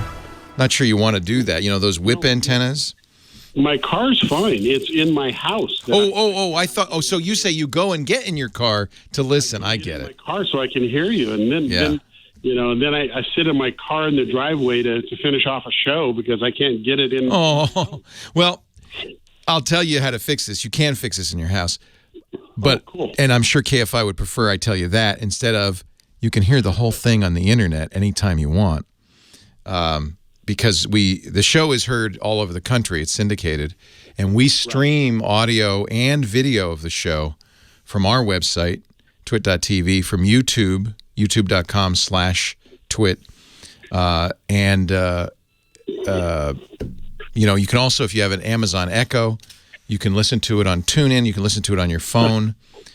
I'm so low tech. It's really pathetic. Do you have a smartphone? I'm fortunate enough to have Wi-Fi. Yeah, I'm talking to you on my phone right now. Okay, and it's a smartphone? Wi-Fi. Yeah. Is it Apple or Android? It's an Android. Okay, so you can get iHeartRadio, which is KFI is part of Clear Channel. That's Clear Channel's free app that will have the show on it, I believe. You can also get TuneIn. That's another internet radio app for your phone that you can listen to this show and tens of thousands of other stations on. Okay. And then, there's two ways. I have this great stereo at home, big expensive speakers and all that. Oh yeah. So what I was going to say is you can get a better AM. You can get a better AM antenna. The way AM antennas work is silly. You've probably seen it. It's a copper wire coiled over a core is your antenna. Okay. And it's the right length to receive the AM band. But you can, and usually they're buried inside the receiver. Sometimes they'll give you one that you can externalize, and even that would be better because if you get an external AM antenna, and AM is different than FM, but an external AM antenna, you can then position it because it has to be positioned perpendicular. Let's see, is it parallel or perpendicular to the radio waves? I think it's parallel to the radio waves. So if you, I don't know, you remember this when you were a kid? If you turn the radio, you get better reception. Yeah, Sure. Sure. So that's why the coil has to be aligned with the radio waves. So it's a ferrite core. That's right. Is there a powered antenna? There are, and if you go to ccrane.com. Ccrane.com. Yeah. I've looked at it. They're wonderful. They sell every possible radio doohickey, including powered AM antennas for weak signals. So if Ccrane says they've got the super deluxe deal, I should go for that? Yeah, I trust them. Okay. And then another thought, you've got Wi-Fi. For $50, you can get an Amazon Dot, hook that up to your stereo, and then you can say, hey, Echo, listen to Twit Live on TuneIn, and you can listen to us. So that's a whole lot easier than wiring everything up, huh? That's how I'd do it. I mean, KFI would prefer you do the first one because then you'd get all their ads. If you listen to... like a Best Buy deal or something, or no, through Amazon. Amazon, yeah. I don't know if you still have to have an Amazon Prime account. You might have to. But check it out anyway. $50 is very inexpensive. Okay. Yeah. What's DOT stand for? Nothing. It's a dot. It stands for. I've heard it referred to. It's their Amazon Echo. So you can buy Echo in. I've heard of the Echo. Yeah, well, it's the same thing. It's just a little Echo without a speaker. You should get it if you have Wi-Fi and a stereo. It's the best stereo adjunct because then you can say things like listen to Christmas music, and it will play through your stereo. You talk to your stereo. And then I just plug it into the stereo. Yeah, it has a little jack, a wire that goes into your stereo. For the speakers. Excellent. I mean, that's a great way to do it. Ccrane apparently has a DIY, how to make a simple, powerful AM loop antenna for free. So if you don't want to spend any money, you can build your own. Well, hey, how are you today? Leo Laporte here, the tech guy. Time to talk about computers, the internet, home theater, digital photography, smartphones, smart watches, Amazon Echo, and all that jazz. 8888 Ask Leo. That's the phone number. 888-827-5536. We were talking about the Amazon Dot. I thought maybe because there seems to be some question about what these things are, I could give you the lowdown on the Amazon voice services devices. How about that? There are 3 right now, but there are many more coming from other companies besides Amazon, companies that are using the Amazon technology. TVs, cars, refrigerators, it's everywhere. You can even build your own Amazon voice services device using a Raspberry Pi. They make the software freely available. So it's a simple thing to do. And it's an amazing thing. And I think, those of us who got them when it first came out 2 years ago, it's been 2 years since the Echo emerged, the early adopters, the early people on board, all became fanatics and evangelists. Have you tried this? It's amazing. And, it wasn't, I don't think it was a lot of people. It may still not be a lot of people, maybe a few million. It's hard to tell because Amazon doesn't release numbers. But it's now, I think more and more people, partly because they were advertising on the Super Bowl and everywhere else, but more and more people understand that there's something out there you can talk to and it will do things. It will play music, or it'll be a kitchen timer, or, it'll read you poems or make songs, or, do things by voice command alone. The underlying service, Amazon Voice Services, is fairly capable and getting better all the time. It's much like Siri if you have an iPhone, or Google has a speech. Samsung has its nuance-based speech where you can talk to it. Of course, Microsoft has Cortana, and you can talk to it and it'll answer. But the nice thing about the Amazon stuff is it doesn't need a computer. It does need internet, it needs Wi-Fi, but it doesn't need a computer. And it's gradually becoming kind of a voice-activated computer replacement. So they originally started selling with about a foot-high black cylinder. Inside, it had a series of 7 array microphones. That was the secret sauce, because it could hear you in a normal tone of voice across the room and understand, more importantly, unless you're Scottish, in which case it can't hear a thing. It doesn't do no voice. This is the joke of it, but no voice. Apparently, no voice device works if you have a Scottish accent. It can't understand a thing. But if you don't talk like what's his name from Star Trek, James Doohan from Star Trek, if you don't talk like, Captain, the dilithium crystals are cracked. If you don't talk like that, they're pretty good. You can speak to them and you can say things like, now it has trigger words. There's 4 of them. Most people use a word, well, I don't want to say it out loud, Alexa. It's a lady's name, right? We think of it as, that's the device. But you could also, if you choose, using the app that you run on your phone or tablet, you could choose computer, which it's not a good choice, because at least for me, I say that word a lot, Echo, or Amazon. In addition, so you say one of those words, and that's the trigger word. That gets the thing listening. And then you could say other things, lots of them. In fact, there's, at last count, 7,000 skills. You have to enable skills, but things like play a game of Jeopardy, or 20 questions, or tell a joke, make embarrassing, rude noises, that kind of, yes, there is one. Several, probably. That's the kind of thing you can do with it. Now, the big, tall cylinder still is available. Initially, it was only available to people who were Amazon subscribers through Amazon's Prime service, and it was $200. It was expensive. But they've released several other form factors. There's the Tap, which I don't really understand. It's, I guess, to bring to the beach, but you'd have to have Wi-Fi. It's got a battery in it, a speaker, battery, and the Tap is called the Tap because you press the button. Instead of saying, hey, Echo, you just press the button and then speak to it. Now, the funny thing is, today, of all things, they updated the Tap so that you don't have to tap it anymore. It now responds just like the other Echo devices. But my favorite is the Dot because, for one thing, it's the lowest cost. It's only $50.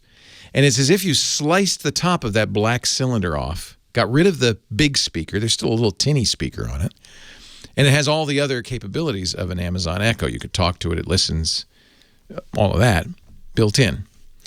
And the Dots market is really people who want to attach it to a stereo or a set of powered speakers because, I mean, it's really amazing on a stereo because now you can talk to your stereo.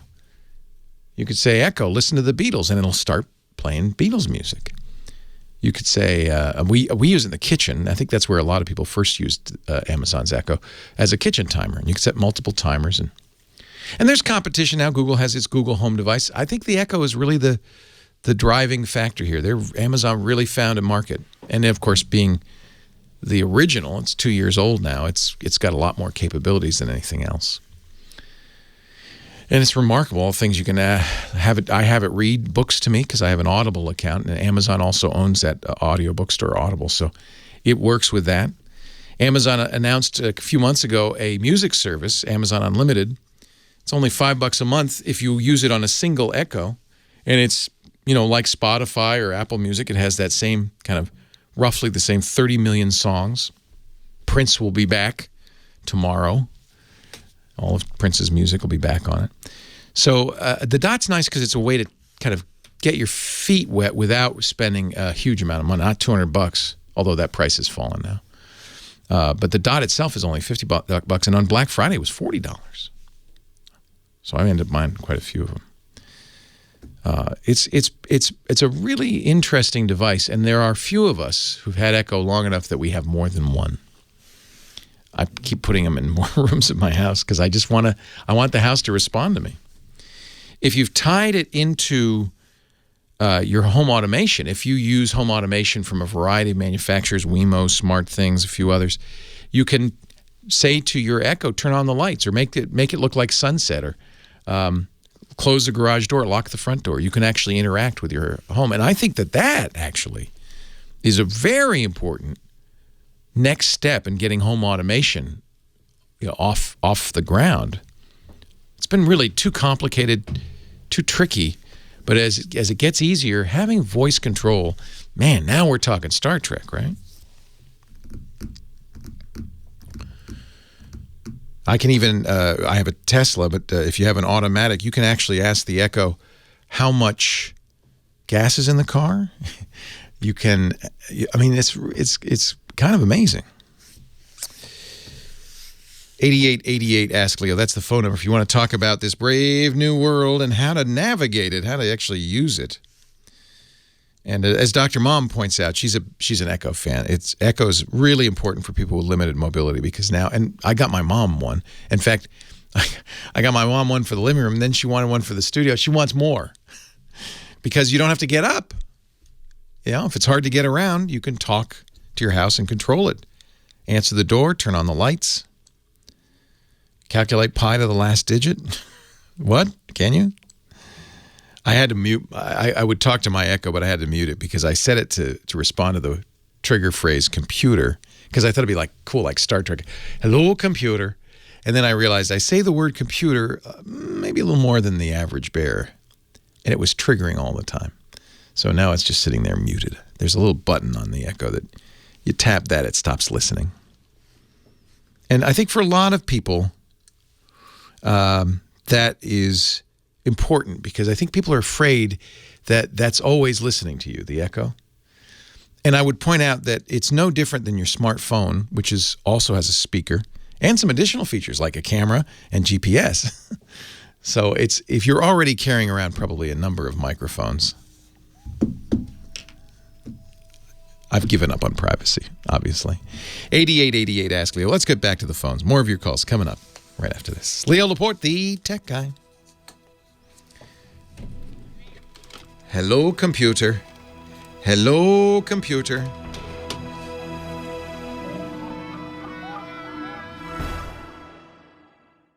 Leo Laporte, the tech guy. 8888 Ask Leo, the phone number. And back to the phones we go. Frederick in Detroit, the Motor City. Hello, Frederick. Uh-oh. Are you there? Hello. I'm hey. here, sorry. No, that's okay. Welcome. Hello, Leah. Thank you. Thank you for taking my call. Thank you for calling. Yes. So let's get to the point. Basically, I have MacBook Air. Okay. And, when you log on to Wi-Fi network in one of those free little Starbucks or whatever. Yeah. You connect it for free. Yeah. Without any login, without any authentication. Yeah. When you open up a browser, you get a secondary login page, whether it's like agree to terms and conditions or whatnot. So I don't get that. I connect to the Wi-Fi network, and no matter what browser I use, Chrome, Safari, or So I'll explain how this works. And actually, you need the cooperation of Apple. In fact, if you look at the browser, you'll notice that the website is captive.apple.com. So what you've got there is what they call a captive portal. And every platform, Android, iOS, Windows, Mac, they all support this. And in order to use an open access point, that requires you to sign in, whether you have to just merely agree that you're going to follow their terms of service, or you actually have to give them, in a hotel, you might have to give them your room number and last name. Exactly. That's all called a captive portal, and it is done in cooperation with that open Wi-Fi access point and your hardware manufacturer. They force it, and it's really a terrible system. It actually, in order to work, has to kind of break the way the internet works.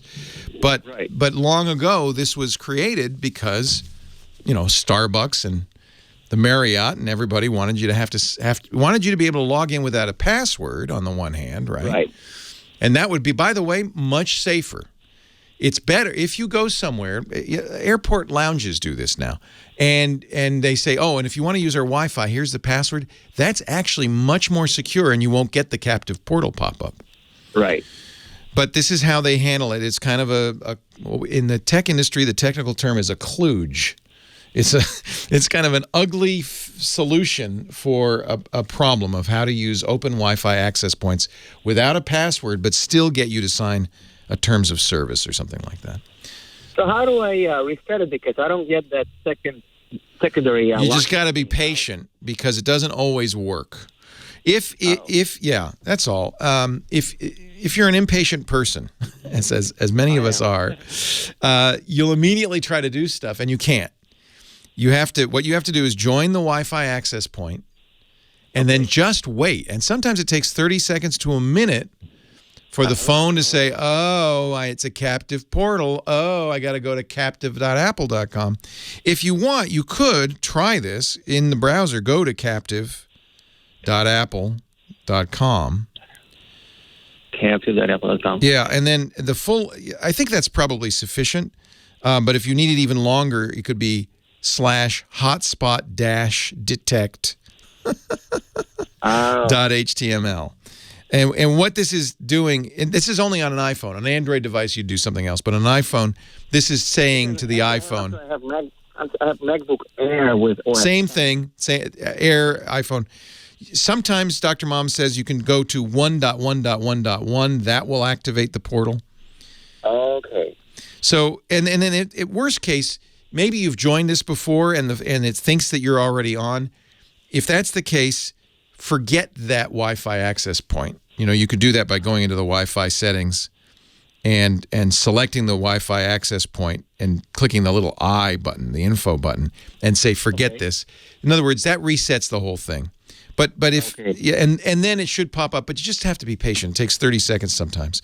Somebody in the chat room saying it once took 7 minutes for him. That's ridiculous. Oh, isn't that so? If it really is taking more than a minute, try 1.1.1.1 or captive.apple.com. Got it. Okay. Thank you so much. Have a great day. You're welcome. This is a sore point for internet experts. They hate this captive portal solution. It's just not good, and it's just a compromise so that you could have an open access spot and still get somebody to sign a terms of service or give you a password or even give you money. And there are some security issues, but there's security issues around open Wi-Fi in general. So, I don't want to get started on all of that. What I generally say is if you want to use an open Wi-Fi access point, it would be worth getting a VPN, or better yet, a little router a travel router that you have the router join the open Wi-Fi access point. And then you go through that router, because that router will protect you against attacks on that network. See, if you're sitting in a cafe and you're on a Wi-Fi, open Wi-Fi, you're not alone. Everybody in that cafe using that Wi-Fi is on the same network as you. And a bad guy with appropriate hardware can take advantage of that. Not necessarily see into your computer. One hopes not. But he might be able to see enough to spoof you, for instance. One attack, which doesn't require access to your computer, or it doesn't require the ability to get into your computer, merely to see it on the network. One attack is you can query the computer, what access points are you aware of or familiar of? And your home access point, for instance, will be one of those. The bad guy then sets his special router, he's got some special hardware, to have the same name as your home Wi-Fi access point. Now, what does your phone or your computer do when it sees your home Wi-Fi? It just joins it automatically, right? Doesn't ask you, doesn't do anything, just joins it. Well, the bad guy's hoping that by spoofing that name, your computer will go, oh, I'm home. Join his network. Now he does have access into your system because you're no longer on the Starbucks Wi-Fi. You're on his Wi-Fi. And he has full access to what you're doing. So there's also, that's one of many attacks that are available to somebody with less scruples than you and me on an open Wi-Fi access point. And it's one of the reasons I prefer to use if you can use a router, he won't be able to do that because he won't see your computer. He'll just see your router. It doesn't know anything. Better yet, I use something called a tiny hardware firewall, which actually turns on a VPN and protects me fully on any Wi-Fi access point. It slows you down, and you have to pay a fee usually for these VPN services. But it's not too expensive, and boy, it sure is better than getting hacked. 8888 asked Leo, glad you called and asked about that. Captive portals. How do those work? And the reason I would prefer it if they had a WPA2 password, if they go, as they do often in, airport lounges, here's the password, log in. Some smaller hotels do that too. That is actually more secure because now you're on an encrypted network. Of course, the bad guy still can check into the hotel and get the password and still try to attack you. 8888 ask Leo. That's the phone number. 888-827-5536. Toll free from anywhere in the U.S. or Canada. Website techguylabs.com. And yes, Google Assistant will allow you to use a Google VPN going through Google's site for free that does protect you. Google's doing a lot of good in that regard. Leo Laporte, the tech guy. Greg is in Orange County. He's our next caller. Hi, Greg. Hello, Leo. We had a Chromebook before they were cool, I think. But we have always had a problem with, I don't know if it's compatibility. It doesn't open certain Word files and doesn't seem to open any PDFs. And when we first got it, it's been a few years, I just thought, oh, well, they don't do that. No, they do, though. Yeah, well, I hear that now. You talk about them. There's no real sacrifices. So yeah. Huh. All right. You keep it up to date. I mean, you don't have a choice. It updates automatically. And maybe you have such an old one that you're missing some capabilities. You're logged into a Google account, right? Yes. So the way it handles PDFs, Google Drive has a PDF reader. So if you open a PDF, it will open in Google Drive in their PDF reader. And the way it handles Word documents, kind of similarly, Google Docs will interpret Word documents. But, a better even way to open Word documents might be using Microsoft's own free web-based Office. So Microsoft has Microsoft Word, Excel, PowerPoint for the web. It's free. And if you open the file from that site, it will be just like you're using Word. It doesn't have all the capabilities of Microsoft Word, but at least it will have the look and feel you're used to. And the truth is, most people use a scant 5% of all the capabilities built into these programs. Most of the capabilities are specialty, things that normal people don't use that often. Well, these are, I don't know the word. These are Word files that have been made into forms that people fill out. And, yeah, some of that may not work. That's possible. And what you should do is tell those people, by the way, it's office.live.com for the live version of Word, Excel, PowerPoint. You should tell those people, you are putting it in a format that requires somebody to buy a $500 program.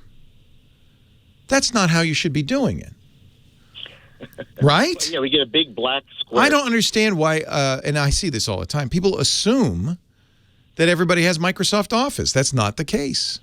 It's a dopey thing to assume.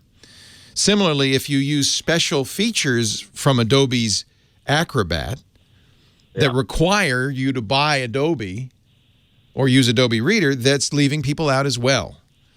So it is possible, certainly, it is possible for somebody to create a form that you can't read on a Chromebook. That is absolutely the case. But it requires special effort on their part and an unusual lack of, well, mostly I would say it's probably a lack of knowledge. Well, they're being read on a standard laptop. They're assuming that everybody has Microsoft Office. That's a dumb thing to assume. That's just, let me say that I open them fine with LibreOffice on the laptop. Right. Libre is great. Libre's a great solution. So, but for that, you obviously need to have a full operating system. You know, I don't have a Chromebook sitting in front of me, or I'd say send me a link or let me know where these files are, and I could tell you. But it is possible if it's a form, if it's a fillable form, that is not a standard format of PDF. It's not a standard PDF. It's an Adobe extension. And so they're assuming that everybody's using Windows and can just open it with an Adobe. You just download Acrobat Reader. And that's really not a fair assumption. Is it a government office or is it just a local business? Or no, these are templates used with the business. And the PDFs were not the forms. It was the Word file that just had fillable blanks in it. Try opening it at Word Online, which is live.office.com. See, you don't have to pay for it or anything, and it's a fairly capable version of Microsoft Word. And if we're getting big black blocks for when we open that's PDF, the incompatibility. There's something wrong with it. Yeah, well, and remember, okay, did you buy these forms? No. Because certainly if somebody's making, and this happens all the time, we have special real estate forms, and we sell them to you. Well, they're going to put in stuff that keeps you from using them in an open way.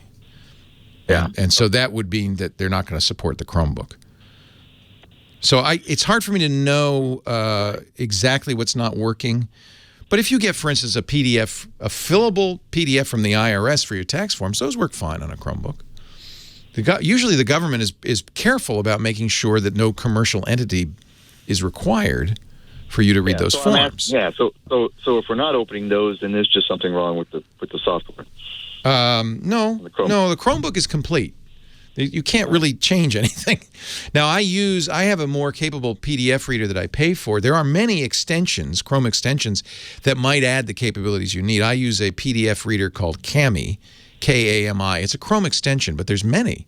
If you go to the extensions store on your Chromebook and you type PDF, you'll see a number of PDF readers, and some of them may add the capability of looking at locked fields or fields that are somehow protected like that.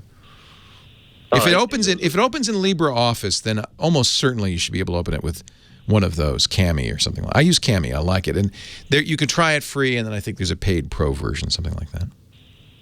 All right, and all that stuff is safe in the extension store, I guess. Yeah, so you go to your settings on your Chrome browser, and you I think it's tools more, and then you'll see extensions, and then when you open extensions, you'll show what extensions are installed, but you can also at the bottom get more extensions. That puts you in the extension store.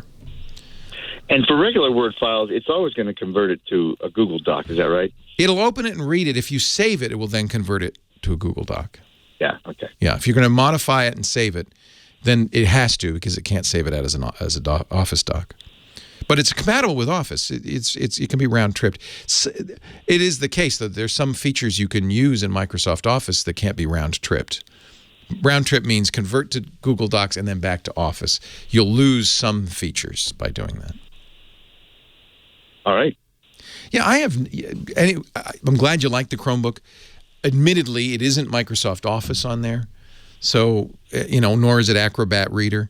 So there may be some limitations, but boy, I think it's a great solution. In fact, I'm expecting the next couple of days the new Samsung Chromebook Plus, which is inexpensive, very lightweight, just about 2.5 pounds, and has a stylus. It supports the Android store. Once you get these newer Chromebooks and you can use Android apps as well as Chrome, then There really is no limit. Then you can use Microsoft Office. There's an Android version of Office. Yeah, no, we had one with the 4G, and they don't make those anymore, I don't think. But I guess you don't need them. Yeah, isn't that frustrating? I really like that LTE. Yeah, I think what happened is people realized, well, I can do a hotspot from my phone. I don't want to pay for a second internet account. So that makes sense. Okay? Okay, thanks. Enjoy. Thank you. Yeah. Okay, Dr. Mom says, I didn't know this. If you have Office 365, which I do, you can subscribe to that. I have the home version for $8 a month, something like that. You can install Office on a Chromebook. Dr. Mom, is that a Chrome? It must be a Chrome extension. That's interesting.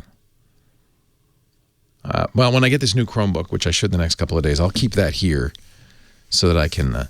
Chromebook is not a full computer. It is everything you can do in Chrome, no more, no less. And of course, it can be hacked to do more. But as it stands out of the box, it's basically a Chrome browser. And now the new ones have the Google Play Store, which means you can add many, not all, but many Android apps to it. That's pretty compelling, I have to say. It's pretty exciting. 8888 Ask Leo. That's the phone number. 888-827-5536. Correct me if I'm wrong, either by calling. If you've got a solution for any of our callers, if you think, oh, I got something for Greg, you can also leave it at the website, techguylabs.com. It's open for comments there. Coming up, everybody's favorite gizmo wizard, Dick DeBartolo, the Giz Wiz, and Gadget of the Week. Stay right here. Our show today brought to you by the world famous Quicken Loans, the #1 mortgage lender in our hearts. Okay, they're number 2 in the United States in terms of loans written. That's pretty big. There's one company bigger, but that's the one you don't want to work with. Quicken. I'm not going to name names. You can do the research if you want. I like Quicken Loans, and you will too, especially if you're a geek, because Quicken Loans has a new tool they call Rocket Mortgage that makes the entire loan process entirely online. So no longer, my friends, do you have to go out and visit with a mortgage lender and bring a banker's box full of paperwork. You could just do it all at quickenloans.com/techguy. Everything, even submitting bank statements and pay stubs, all that stuff, you can do it online. If it's time to buy a new house or a time to refinance, and this may be the best time to refinance, I think interest rates are going up a little bit, you got to go to quickenloans.com/techguy. Rocket Mortgage is fast, it's powerful, it's completely online. And because it's, online, it's one of those friction-free processes where you have complete control. You're getting it from a great mortgage lender that you trust. It's completely transparent. You understand exactly what's going on. You even get little sliders. You can change the rate, the length of the loan, all of that stuff to make sure you're getting the mortgage that fits your needs. And because it's computers, you'll get that mortgage loan approval in minutes. Not months. It literally took us 6 weeks the last time we bought a house. 6 weeks to get mortgage approval. I wish we'd had Rocket Mortgage back then. Skip the bank, skip the waiting, go completely online. quickenloans.com/techguy. Equal housing lender, licensed in all 50 states. NMLSconsumeraccess.org, number 3030. Rocket Mortgage from Quicken Loans. quickenloans.com/techguy. Tech Guy. He's as chill as ice. He's the Giz Wiz. Dick DeBartolo, the coolest writer at Mad Magazine. He also joins every week, joins us with a Gidget or a Gazmo. Yeah, exactly. Both of those. You got a Gidget for this week? I do, and a Gazmo, both. Okay, good. Actually, now, this might be of interest to you. I know you are a big man in the kitchen. I am. You even you own some knives and things. I own knives. I own my own knives. Okay. Yep. All right. So there's the Houseware Show preview in the city. Okay. So do you know about? Have you ever made zoodles? I've made noodles. I've made ziti. What's zoodles? Zoodles, or have you made swoodles? Never made swoodles or zoodles. Okay. Well, then wait a minute. Do you not have a spiralizer? I do have a spiralizer. Are zoodles zucchini noodles? Yes. I make those all the time. Okay, and what do you think swoodles are? Swedish noodles? Very close. Sweaty Sweet noodles? potato- Sweet potato noodles. Noodles. Yes. No, yes. I make spaghetti sauce. I make my grandma's spaghetti sauce, my mom's spaghetti sauce all the time. And I love pasta, but I don't want to eat pasta anymore. So Lisa and I spiralize zucchini, and it's great. It's just like spaghetti, and you put the sauce on. It's delicious. Yeah. Much more healthful, too. Exactly. So Black & Decker at this House with preview was showing the new Black & Decker. I'm sorry, Hamilton Beach. I was going to say Black & Decker. You mean the tool manufacturer? No, Take a drill and put a spiral. And besides, it's not Black & Decker. It's now Black Plus Decker. Oh. Yeah, big difference. Okay, but this isn't either. This is neither. Hamilton This Beach. is Hamilton Beach. Okay, the 4-in-1 electric spiralizer. Oh, I might need this. So, yeah, you know what? So it comes with 4 different blade situations. They had a whole tray of this great stuff, and I said to the woman, "Is that bacon?" And she said, "No, that's a purple carrot." I said, "Oh, yum." Yes, yeah. You know, you can trick kids into eating food. So that's the old version. Yeah, this is only 3-in-1. Yes, exactly. So you have a 4-in-1. You want the 4-in-1. You know, it may not be on their website yet. Yeah. Actually, if you go to Tech Guy Labs, there's a picture of it there. Okay. It's going to be the same price. It's coming out in a couple of months. They said it would be out in April of this year, and it's going to start out as an exclusive at Bed Bath & Beyond. Well, see, now I have the little manual thing. It looks like a wizard's hat with little slicers in it that you jam the cucumber or the zucchini in, and you turn it by hand. It looks like this just kind of automates that process. This automates that process. That little 6-cup bowl that comes with it also has a snap-on cover, so if you don't finish all the veggies that you spiralized, you can store it in that container. But now it doesn't have to just be swoodles or zoodles. It looks like you can make potato chips and bacon and stuff. Yes. Well, I said, can I make curly fries? My favorite thing. Of course, yes. Curly fries. Yes. Except, you probably have to fry them, and you don't do that kind of thing, right? Yeah. Are you doing anything fried? No, the whole point of this is not to make more fattening food. Well, it For depends. me. It's once I buy it. Yeah, then I can do anything I want with it. No, that's a good idea. You could make potato chips. You can make curly fries. Actually, that's a great idea. Yeah. Yeah.